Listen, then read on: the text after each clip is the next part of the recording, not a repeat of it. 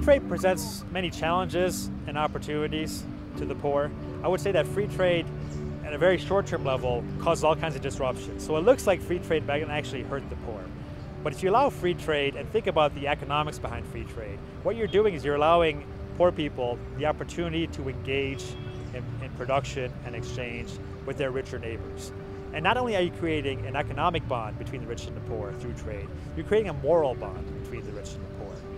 We all know the experience of going to a market and getting to know a shop owner. Now imagine if you could somehow expand that to, let's say, the city, or expand that within a country. Not only are you creating more economically efficient systems, but you're creating a whole system of social interaction. One of the problems I see looking at the global trading system today is that we're divided into many blocks. We're creating a fortress.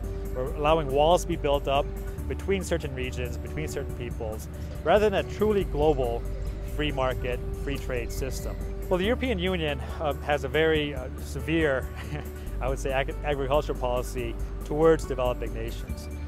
Most European farmers receive a very high amount of government protection, I would say, from competition. The Common Agricultural Policy is the main policy tool of the European Union to ensure that its farmers maintain a certain standard of living and don't face too much outside competition.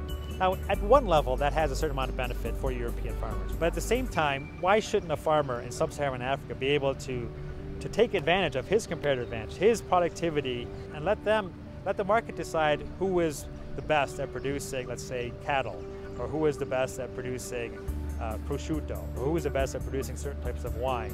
We think that free trade is good not only for the home country, but for the rest of the world. And take that as an example. Show some political courage on the part of developed countries and lower our trade barriers. Let's allow more goods to come in from the developing countries.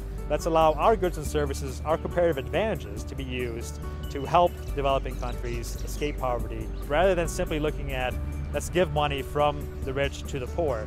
Let's allow the poor to engage in this network that allows people to not only develop their own talents, but allows them to produce more goods and services for society so that we all benefit.